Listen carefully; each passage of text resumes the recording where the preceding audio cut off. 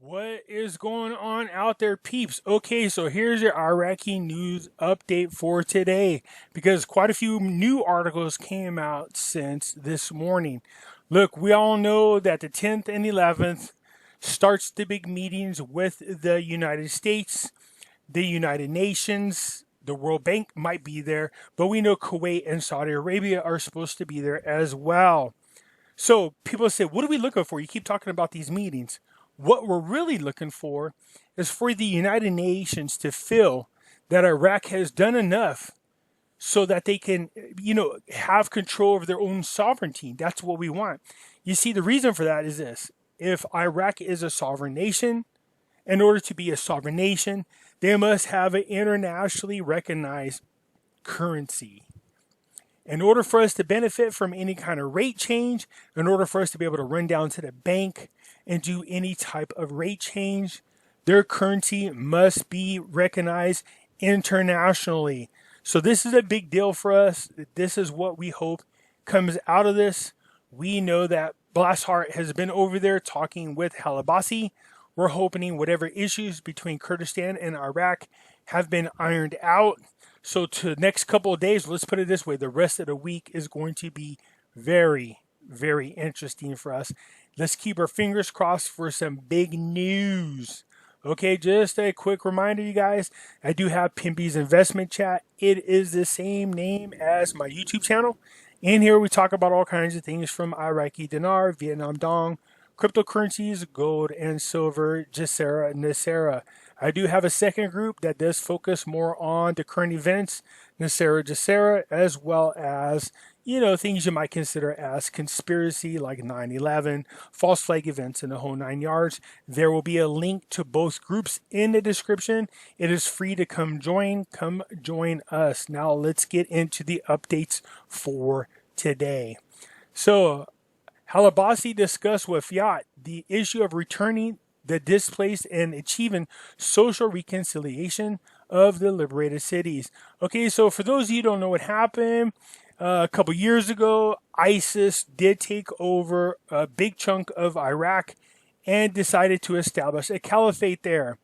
Since then, Trump went in there and pretty much blew them out of the water, but there's still some cities that were recently liberated.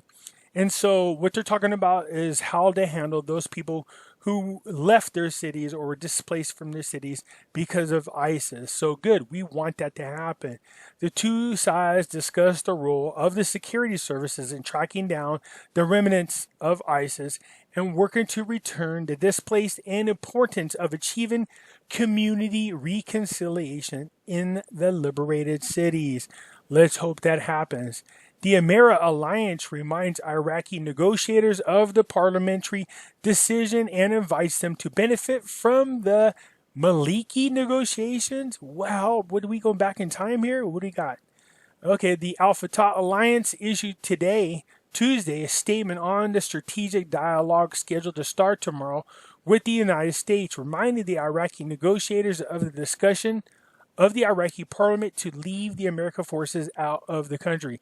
You mean to remove, I don't know about leave, remove, and invite them to benefit from the experience of the Iraqi-American negotiations that took place during the era under former Prime Minister Maliki back in 2008. It's like 12 dang years ago. That's interesting. With the beginning of the strategic dialogue, Iraq and the United States, and based on our legitimate and national responsibility and our keen interest in the country, we need to, it's necessary to remind us, the head and members of the Iraqi negotiating delegation, who we believe place Iraqi sovereignty and national interest. Okay, so again, when they translate it in English, it isn't the best the way they write this. So look, we agree 100%. I just said this. What we're hoping comes out of these negotiations is the sovereignty of Iraq, the recognition of them as a sovereign nation all over again, and that they have a legitimate currency.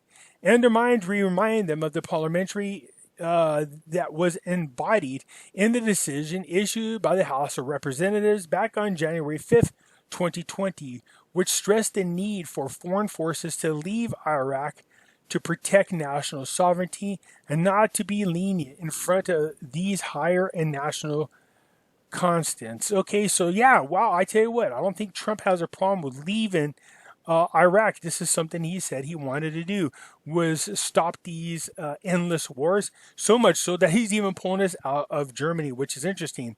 Anyways, the Al-Fatah alliance drew the attention of the negotiation delegation to the need of benefit from the experience of the Iraqi-American negotiations that took place in 2008, which ended with the signing of Strategic Framework Agreement, and how the Iraqi negotiators at the time achieved a clear victory against the background of the negotiations to withdraw American forces from Iraq.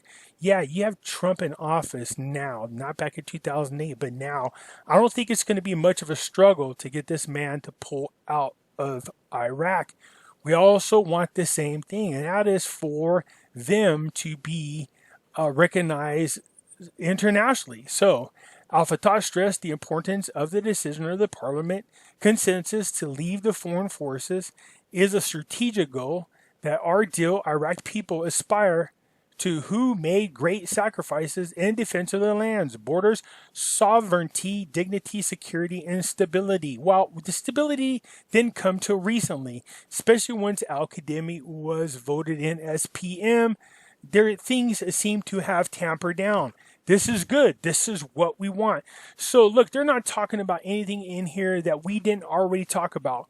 One is we want to make sure that they are protected against ISIS or any other proxy fighters that might be there. We want to get rid of the Iranian influence, which all these things seem to be happening. We do want Iraq to be recognized as a sovereign nation all over again, along with a recognizable currency. Right now, there's only one bank that you can go to and exchange your Iraqi dinar at the current rate, and that's Chase Bank. My bank at Wells Fargo won't even talk to you until they are recognized internationally again. So this is a big couple of days coming up.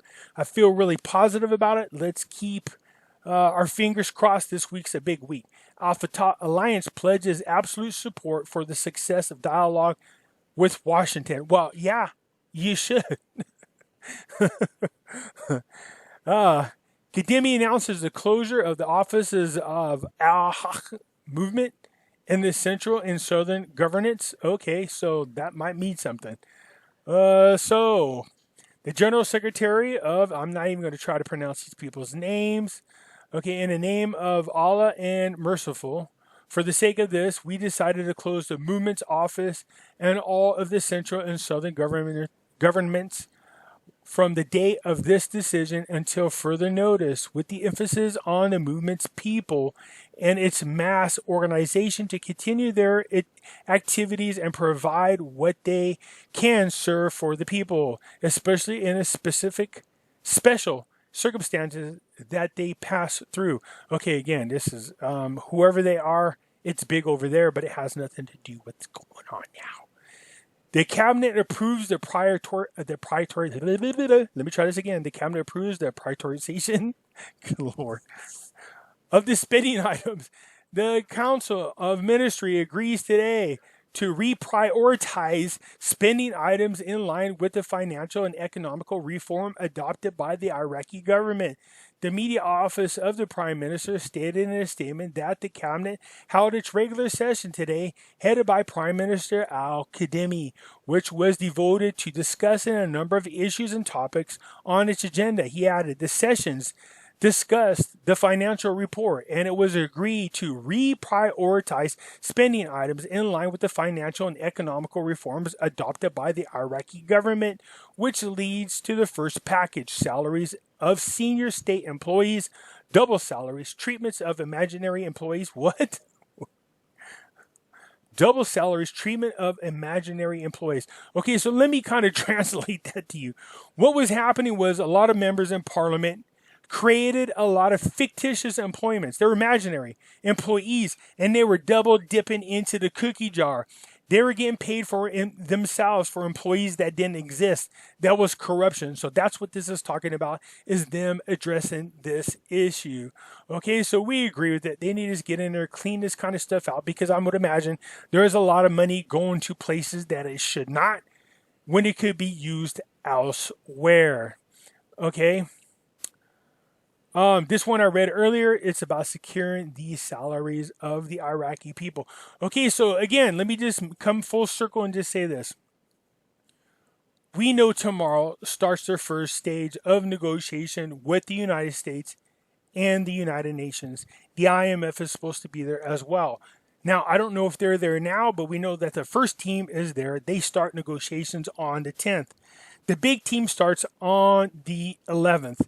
So let's keep your fingers crossed, you guys. Let me know what you think. Is it possible?